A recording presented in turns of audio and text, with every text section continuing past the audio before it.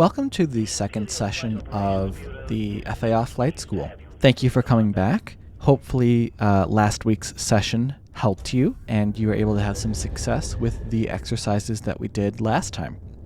Today's session is all about tethering and all about getting a better control over your ship, moving in different directions and moving in different vectors. It's going to allow you to do things like what you're seeing on the screen right now, which is me flying around in the trenches of a Coriolis station. This wouldn't be possible without having practiced tethering pretty extensively, because what tethering does is it allows you to manipulate your vector based on moving objects around you, rather than having to think about exactly what your vector is doing at every single time.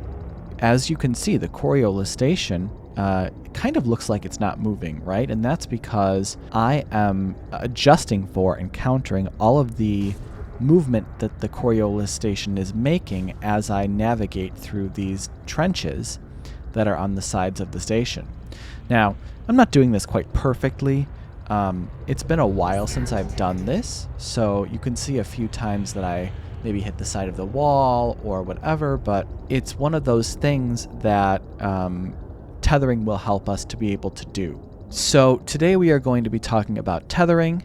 We're going to be doing some exercises in an asteroid field to help you get more control of your ship and of your motion, and then we are going to be talking about landing.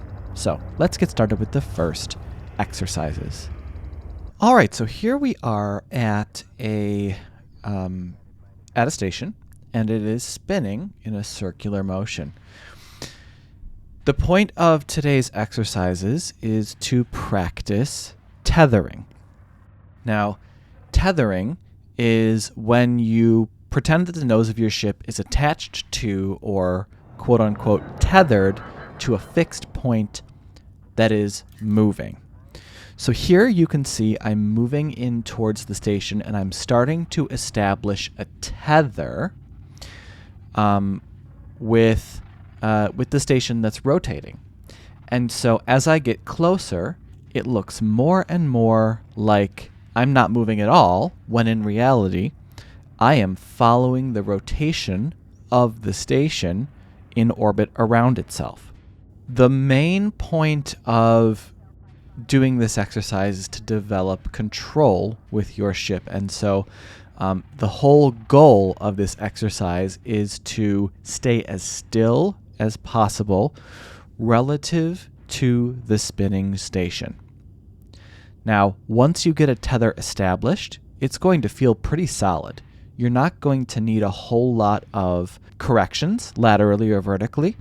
The main thrust direction that you're going to use to stay in the tether is forward and reverse thrust when you're oriented in this direction. Any of these ways. And there you can see I looked up to see that I'm actually spinning in relation to the station, even though it looks like I'm staying still. One of the things that you're going to notice as you do tethering more is that the closer you are to the center of the rotational axis, the slower you are. And the further away you are from the rotational axis, the faster your ship is going to become. So here you can see I'm moving away from the station, but I'm still staying tethered to that one spot. And if you watch my speed on the screen, you can see that it has gone up.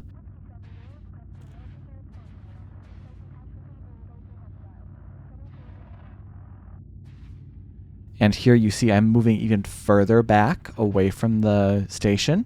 And once I reestablish my tether, you'll see that it's even faster than it was when I was closer to the station. So that's something that you're going to get a feel for, and it's going to happen naturally once you establish your tether.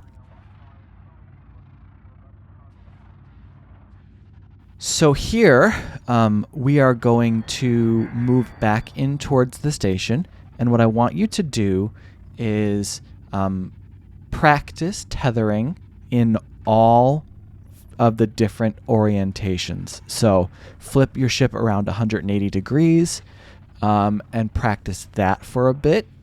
Here you can see that I am flipping my ship around and I am practicing the other direction.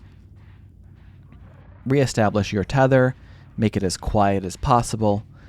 And then what you're going to want to do is flip 90 degrees relative to the station. Here you can see that I'm flipping 90 degrees, and it's important to be comfortable in all of the different rotations, so all 4 different directions relative to the spinning station.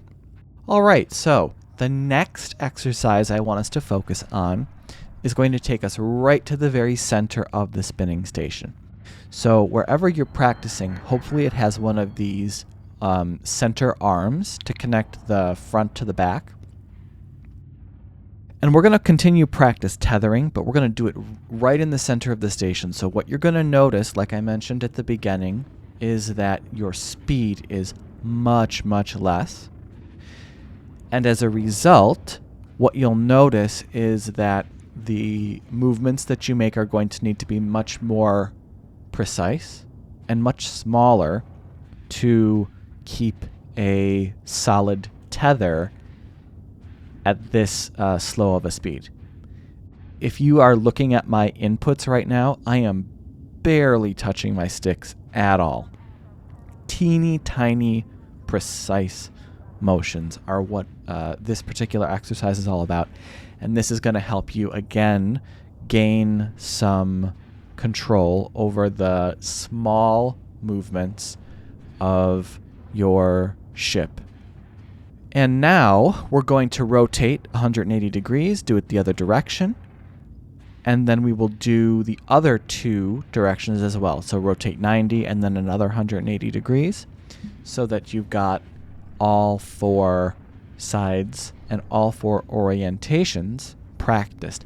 And practicing tethering is something that I do quite a bit to hone my skills. Here you can see I am turning my ship 90 degrees so that I am kind of perpendicular to the axis of motion here. And this is going to be a more difficult tether for you to keep just because it kind of feels more awkward.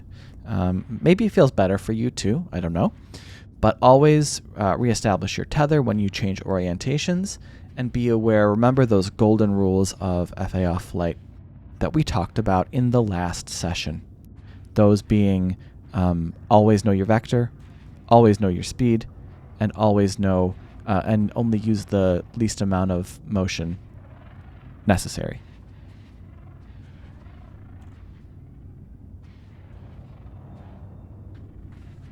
So the next thing to practice when we are practicing tethering is trying to find unorthodox places to tether to. So a really great place to tether to are, a lot of times on stations there are these not quite perpendicular or straight like satellites or arms that jut off that are slightly on an angle to the rotation of the system. And that makes it so that you have to manipulate different thrusters and different positional axes of motion to stay tethered to whatever you are tethering to. So here I'm tethering to one of these arms. It's not a satellite, but it's like an arm. And it's not quite moving in the exact same direction as the station because it's angled. So you have to use some more of your thrusters together. And so all tethering is about getting a feel for what you need to do to stay attached to the spot you're trying to tether to. So I could sit here and say, well, you have to do this thrust and move your yaw a little bit to stay to stay tethered, but that's not helpful. So what I want you to do is go around to different points on the station and just try and tether to them. And a Coriolis station is really great for this because there are a lot of different faces that move in not in the same rotation as the station is moving, because the Coriolis has angles on it, right? So there's a lot of really good places to do this on a Coriolis station too. Frankly, it's why I almost did this exercise at a Coriolis station, but the fact that a spinning station that's round is just better for starting out, and doing it at a Coriolis station is a little bit more advanced. So as we kind of end this segment here, I'm approaching the mail slot at the station, and the last little bit here is to practice tethering to the mail slot, because this is something that's going to be important when we go to talk about manual landing and manual docking, whether it's flight assist on or flight assist off. You need to be able to line up to the mail slot and assume the same orientation and rotation as the station, so you can get through the mail slot just fine. So what you can see I'm doing here is I'm kind of tethering to the mail slot from far away, and I'm trying to match my rotation to the speed of the rotation of the station. And once I get that, it's going to feel feel really secure, and then you just kind of move forward towards the mail slot and go on through. All right, so the next set of exercises is going to bring us to an asteroid field. And here we are going to be practicing manipulating our vector to move around different objects that are coming at us. So this is a really fun exercise. It can be a really chilled exercise if you let it be.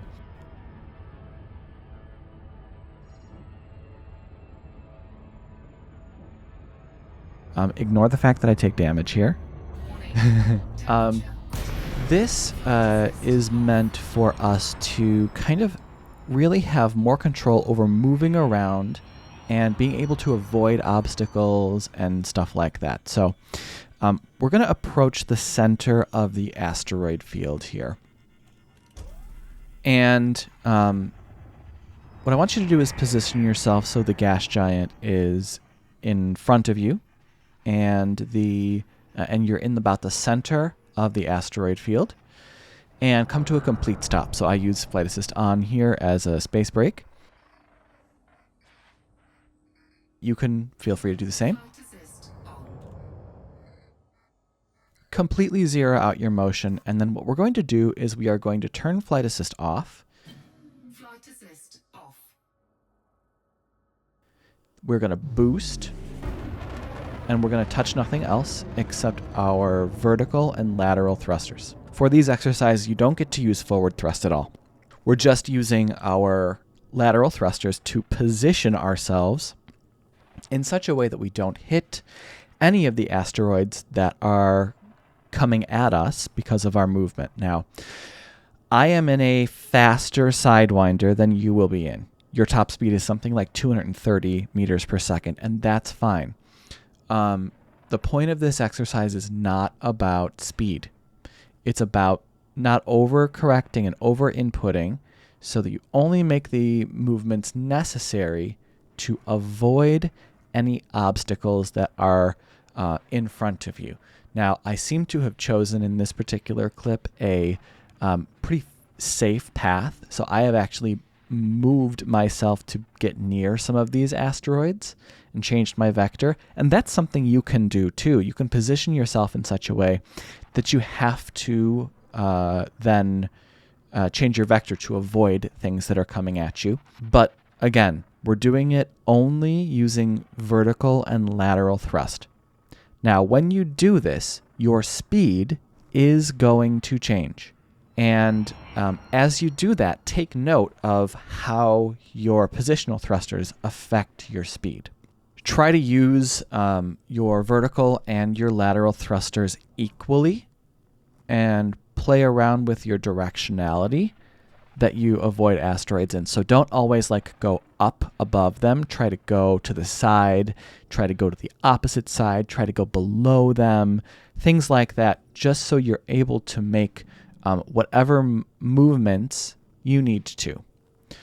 Here you can see I have turned the facing of my ship 90 degrees away from the direction that we're moving in. This is a more advanced thing that I want you to try, and it is to do the same thing, except this time we are looking out the side of our ship. So you're going to have to turn your head look so that you're facing the side of your ship, and get in such a way that you can manipulate your thrusters and still move in the same direction and avoid your asteroids, but not be facing towards the direction that your ship is pointing. Not face the direction that you're moving. At first, doing this is going to mess with your brain, because you automatically think that left and right will move your ship left and right, but it doesn't when you're facing opposite directions. So here you see I've gone in both directions. So I've turned the facing of my ship 90 degrees, and then I've turned it completely the opposite way. To get a feel for how I can control my ship without having it be facing the direction that I'm moving. And now you're going to see I turn and point my nose below my vector. So I vector through what is the top of my ship. And again, it's going to break your brain a little bit, because you're going to want to go forward for forward, and you're going to use your positional thrusters differently, your vertical thrusters differently, your forward and reverse thrusters differently, to manipulate your vector when you're facing in this orientation to what your vector is. This is a really, really good exercise to do to gain more control of your vectoring. And so practice these exercises a lot. And again, we're in a Sidewinder because if you so happen to hit a rock or hit an obstacle in your way, it doesn't matter. Even if you have to eat a rebuy, it's not going to matter. So this is a really, really good exercise to work on your control of flight assist off flight. All right, so the last thing we are going to talk about for this session is how to land without using a docking computer.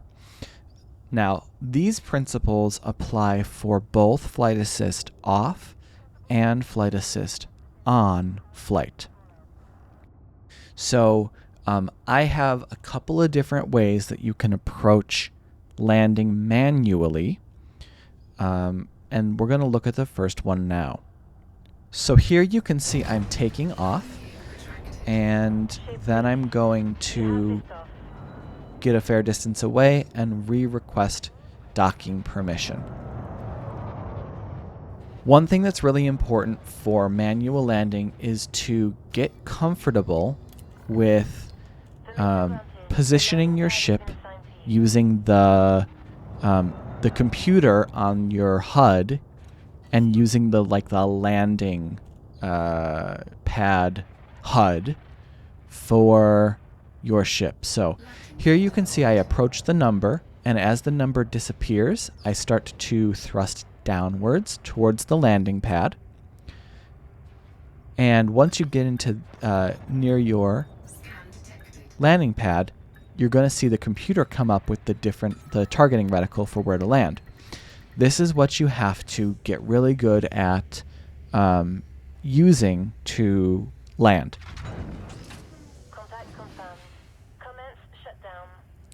So I'm going to show you that again. And basically, the first and my preferred method involves going in towards the number of your landing pad, going forward until you see the number disappear, and then stopping forward motion and start going down towards the landing pad. And from that point on, you have to make fine-tuned corrections to your position using the computer on the HUD of your ship. All of this should be done slowly. Here again, you can see I'm approaching the number. I start moving down towards the landing pad when I see the number. I was a little bit closer this time, and I just go down slowly until I land at the landing pad. When you use this method, you'll be near the center of the landing pad, but often not quite directly on it. So it's a really good idea to take some time to practice moving around in that kind of near a landing pad where you can see your HUD and where you can see how near and how far you are from the center of the landing pad. So that's what we're going to work on here next. So I'm going to request docking, and then we're going to come in, and before I land, we're going to practice here. We're going to practice moving around the landing pad and keeping your orientation the way you want it. So here you can see I'm moving around the landing pad, and I'm going to go left and right. I'm manipulating my position, and all of this is very, very fine adjustments, especially vertically and especially vertically, because you're usually pretty close to the landing pad at this point. So here you can see I'm getting a feel for how much speed and how much input it takes to move around. And you really want to get good at being able to put your ship exactly where you want it in this little targeting reticle. So let's go through all the steps again. We approach the number slowly at first, and once the number starts to disappear, you stop moving forwards and move your self towards the landing pad. Once you see the computer with the targeting reticle, you make your fine-tune adjustments, and you land. It's really quite that simple.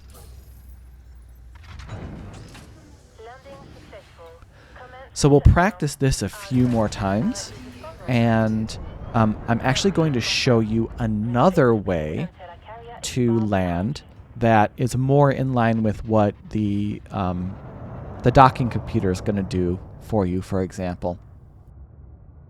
This is another completely viable way to land, and this is how, if you're using the landing computer, how you always do the landing when you're at a carrier or at an outpost.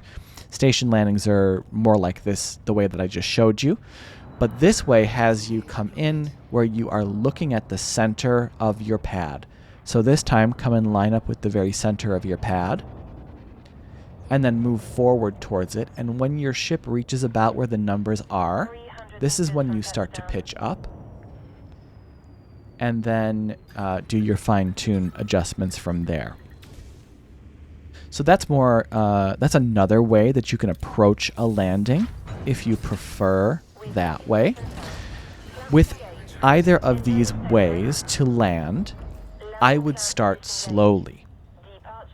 And then as you get more comfortable with moving your ship around the landing pad, you can play around with being able to land in more, come in from different directions and move your ship around different ways when you land.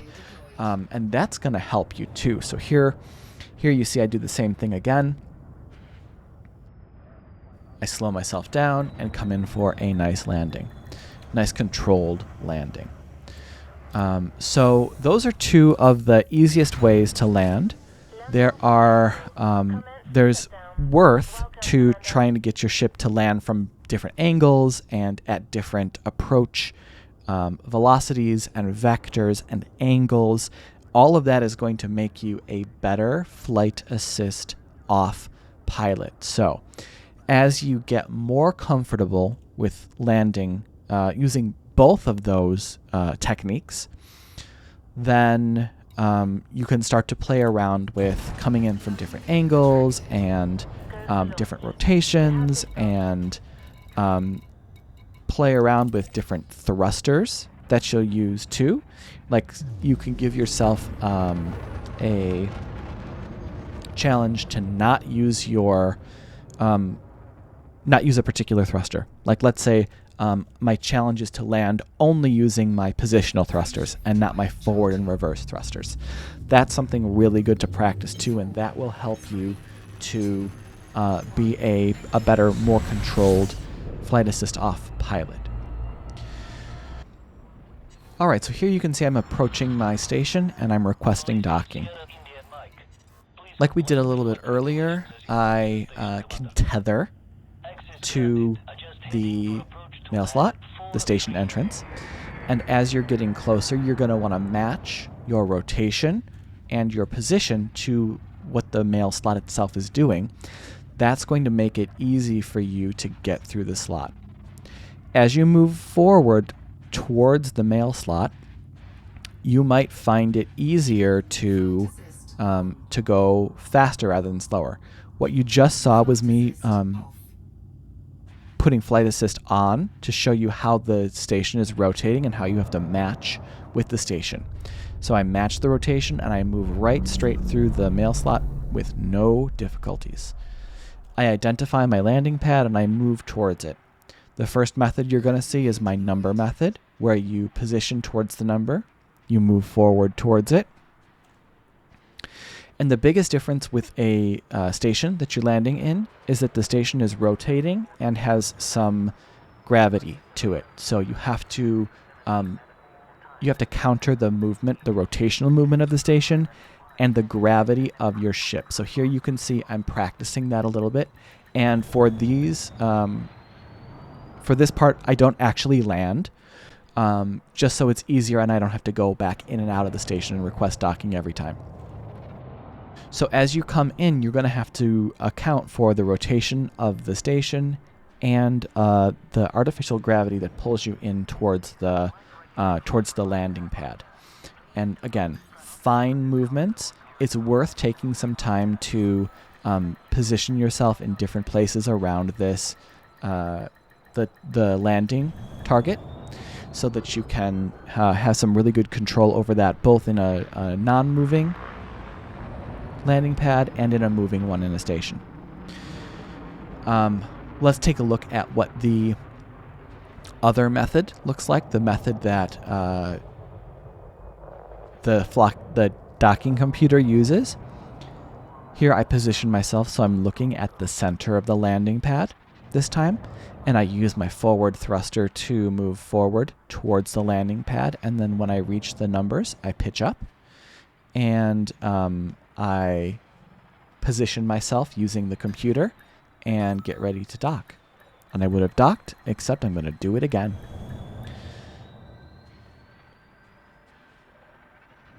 So the main things to think about with this are less is more.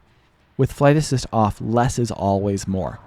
So as you move in towards your landing pad, whichever method that you choose to do, here I'm using the one where I position myself towards the number and then move down. You want to use as little input as possible and the least amount of input to change your direction in the vector that you want to. Here we position ourselves using the computer. I was a little behind the dot, so I moved towards it, and then I would land. And as you get more comfortable, a lot of times I don't take the time anymore to line up to the number because you have a good feel for how it works. You don't have to do that. So as you gain more experience and have a better, just a feel for it, you can come in with some different pitch, roll, and yaw attitudes, and you'll be able to position yourself more without using the numbers as reference or the center of the pad as a reference.